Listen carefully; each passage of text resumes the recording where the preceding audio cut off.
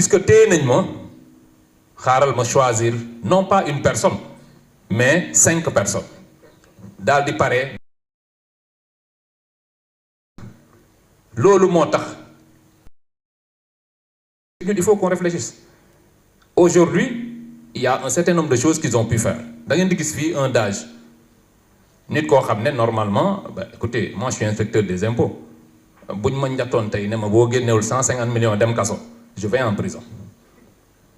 léegi imaginer leen ñoo xam ne man damay jot 2 fois ou 3 fois ñoom li ñuy jot ñoom ñu mën a génne 150 millions d'un coup. donc da ngeen di imaginer aujourd'hui ñoom am na lu ñu def loo xam ne nëbb nañ ko. et Macky Sall j'ai entendu l'honorable le dire tout à l'heure balaa moo dem daf leen a protéger le 9 février.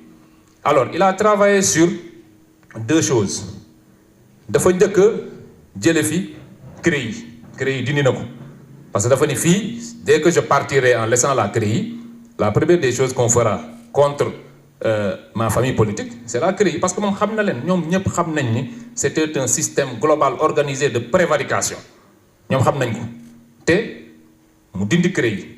alors en enlevant la CREI mu jël l'essence de la CREI c'était l'enrichissement mooy maanaam nga am alal boo xam ne yow munoo wax nit ñi foo ko jëlee nga jékki-jékki rek nekk milliardaire ñu ñëw ne la yow milliard bi foo ko jëlee te yoroon suñu gafaga réew.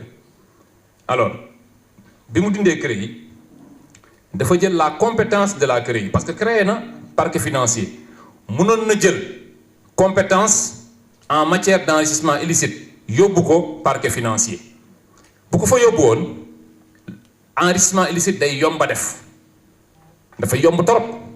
non il a préféré yóbbu ko OFNAC ba pare. et OFNAC la particularité c'est que kuñ fa teg aujourd'hui tu as un mandat kenn mënu la fa jëlee. il a mis là-bas un personnage particulier ku ñëpp xam fii Serigne Bassirou. vous pensez que Serigne Bassirou moom dina fi wax ki benn sénégalais ne ko dañ lay poursuivre en matière d'enrichissement illicite mais il n'en fera rien du tout. on l'a mis là pour que genre procédure yooyu na ko geler pendant tout son mandat. alors donc parquet financier sax bu initier woon quelque chose buy niru enrichissement illicite l'OFNAC a la possibilité de demander qu'on arrête cela.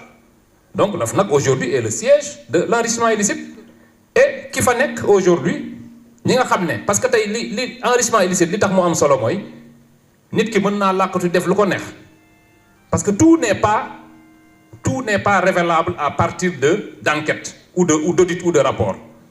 bu ñu juum ci wax ni non rapport bi non man gëwuma rapport yooyu. moi je suis fiscaliste en fiscalité noonu lañ ko réglé c'est-à-dire au lieu d'être là à dire que yow nii ak nii nga gagné say revenus mais dañuy comparer say revenus dañuy dem rek xool résultat yi. yow ba ngay ñëw ci dëkk bi tu avais 100 millions tey tu as 1 milliard wax ñu yow puisque yow normalement boo liggéeyee rek 100 millions ngay am mais noo def ba am 1 milliard loolu mooy enrichissement illicite. loolu mënu fee nekk dans la configuration actuelle des choses parce que Macky Sall nous a placé ba muy dem la ñu galgal dem teg fii sëñ Bassirou. donc on a 2 possibilités. la première c'est de faire une loi de réformer encore parce que moom le 9 février dafa réformer woon soit ñu jël la compétence en matière d'enrichissement illicite yóbbu ko parquet financier et immédiatement on démarre les poursuites. loolu bu ñu koy def immédiatement mais le paysage politique sénégalais va changer parce que ñi fi nekk di wax ju bari yëpp c'est des gens qui se sont enrichis de façon illicite. boo andee loolu dañuy daw xëccoo ji quelque chose buy niru enrichissement illicite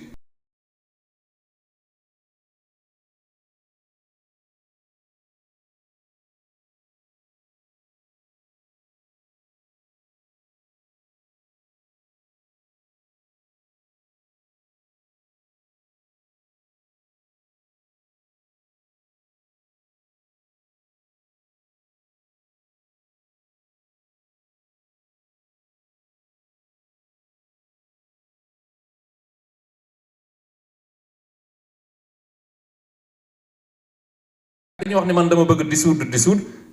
Moi je vais directement aux choses. Pour man loolu mooy joxe ay résultats layam comme dit mon ami Damboj du indi résultat day yéex dëkk bi boo ko bëggee yor si tu veux aller de l'avant il faut rendre d'abord de la justice. On ne développe pas un pays sans justice. Mënuñu fee nekk gis ñoo xam ne ñii nii ils ont posé trop de problèmes à ce pays. Ñu ne non, on va développer le pays en les laissant. D'ailleurs ñoom duñu la ci seetaan parce que si vous voyez bien ce que j'appelle l'opposition dérivée. L'opposition dérivée, c'est des gens qui sont rémunérés à partir de deniers publics. Li ñu sàcc dañ koy jël dem trouver 1 ou 2 chroniqueurs, quelques journalistes, mais jox leen ko. Et en politique tout est perception. Da ngay liggéey ba sonn ñu dem jox ko benn presse rek ñuy wax ni non affaire bi yéen doxul. J'en veux pour preuve le port autonome de Dakar. Port autonome de Dakar aujourd'hui, mais c'est une catastrophe boo dégloo waa presse bi. Le port va très bien. Donc lan la c'est parce que ñoom ils ont les moyens de payer une certaine presse. Loolu mooy l'opposition dérivée. C'est-à-dire que ñoom taxawuñu jàkkaarloog ñun non dañuy jël ay nit fay leen ñooñu jàkkaarloog ñun. Mais comme l'a dit le président Sonko, mais ñooñu ñuy fay effaçons-les. Bu ñu leen effacé kan la ñuy jàkkaarlool mais la véritable opposition. Et opposition dégg naa la sànq nga koy wax ñun li neex ci ñun mooy nos principaux opposants mais ont commis des crimes et délits qui à tout moment peuvent les amener vers la prison, y compris les nouveaux opposants. Du ma leen tudd nag les nouveaux opposants des gens le pétard mouillé là mooy ki ma tuddee l'invertébré politique nga xam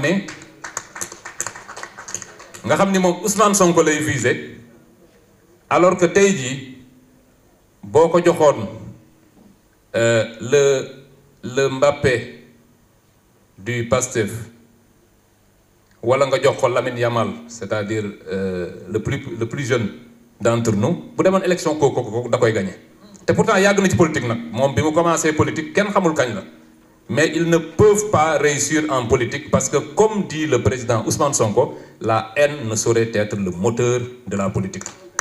yow li lay yëkkati rek mooy bon damaa bañ kii donc lu mu wax rek ku ŋàññi Ousmane Sonko rek tu es d'accord avec lui. Kooku c'est pas de l'opposition. L'opposition c'est sans sentiment. C'est-à-dire que bañuma la man dëkk bee ma ñor. C'est un peu ça qu'on fait. Donc pour en revenir à ça, je disais que nous avons une opposition qui est très très intéressante parce que c'est des gens qui sont faciles. Li ñu Macky Sall doon def mooy maanaam jàpp ñu tëj ñu sans raison ñun on a 1000 raisons pour tous les prendre. Donc yooyu la woon madame la présidente, je voulais aussi terminer par me féliciter de la vitalité de la coalition. Je suis bien maa ngi ci biir groupe bi bëgguma ñëw fii di intervenir parce que après Ousmane Sonko va me tirer dessus parce que je ne suis pas leader. Et lui il est très attaché aux choses qui sont bien faites mais mënu moon ñàkk ñëw fii wax fi lii. Je vous remercie. Merci Waly.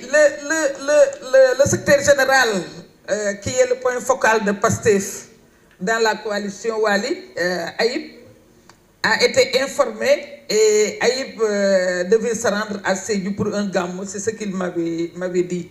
Donc vraiment on avait besoin de cette opinion te loolu ñëpp nga ko defal. Merci beaucoup.